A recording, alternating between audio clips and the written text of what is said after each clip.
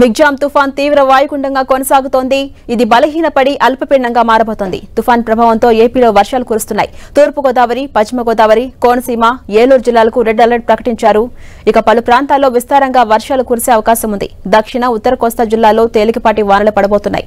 తీరం వెంబడి 45 కిలోమీటర్ల వేగంతో గాలులు వీస్తాయని వాతావరణ శాఖ అధికారులు తెలిపారు. తుఫాన్ ప్రభావిత ప్రాంతాల్లో విద్యా సంస్థలకు ఇప్పటికే సెలవులను ప్రకటించారు అధికారులు. తుఫాన్ ప్రభావంతో రైతులు నిండా మునిగారు. కోతకు వచ్చిన లక్షలాది ఎకరాల పంట నీటిపాలైంది. చాలా చోట్ల ధాన్యం తడిసిపోయింది. ఉద్యానవన పంటలకు అపారమైన నష్టం మిగిలింది.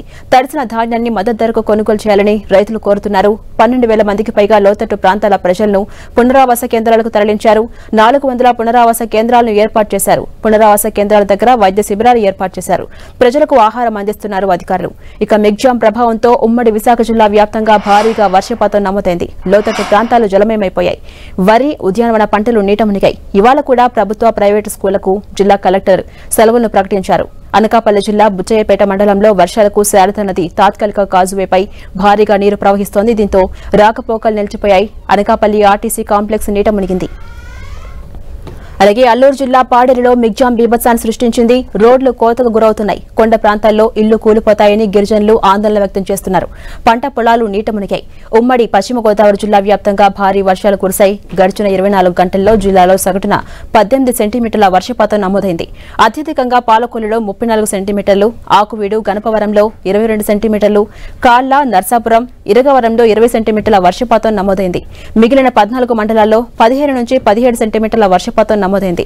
భారీ వర్షాలకు జిల్లాలో లోతట్టు ప్రాంతాలు, కాలనీలు జలమయంగా మారాయి. పంట పొలాలు నీట మునిగాయి.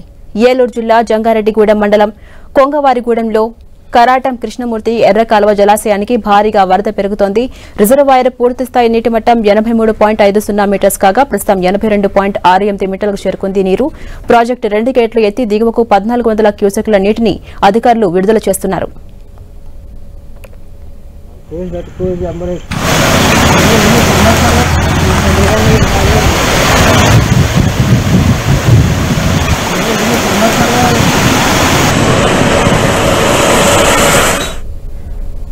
పల్నాడు జిల్లాలో పంట పొలాలు చెరువులను తలపిస్తున్నాయి. దాచేపల్లి, గురజాల మండలాల్లో తుఫాను పంటలను ముంచేసింది. వరి, మిర్చి, పత్తి పంటలకు అపారమైన నష్టం మిగిలింది.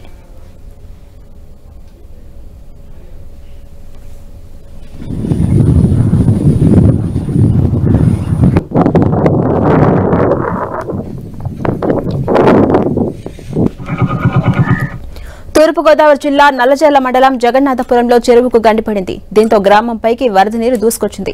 జగన్నాథపురం జల దిగ్బంధంలో చిక్కుకుంది. ప్రజలు భయాందోళనలో ఉన్నారు.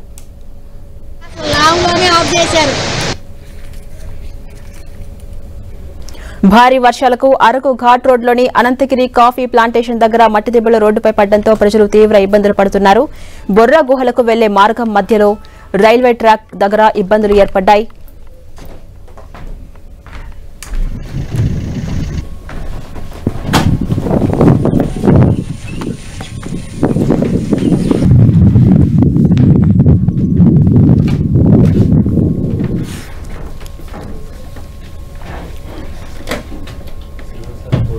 ఇక ఎగువన కురుస్తున్న వర్షాలతో ప్రకాశం బ్యారేజీకి భారీగా వరద చేరుతోంది. 4000 క్యూసెక్ల వరకు నీటిని దిగువకు విడుదల చేయాల్సి వస్తుందని అధికారులు చెబుతున్నారు.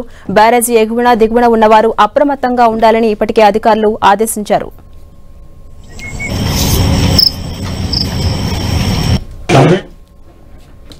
మిగ్జామ్ తుఫాన్ దాటికి ఉమ్మడి గుంటూరు జిల్లా కకావికలమైంది.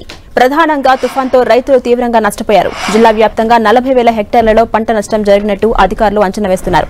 ఇప్పటి వరకు పెట్టిన పెట్టుబడి తుఫాన్కు కొట్టుకుపోయిందని అటు రైతులు ఆవేదన వ్యక్తం చేస్తున్నారు.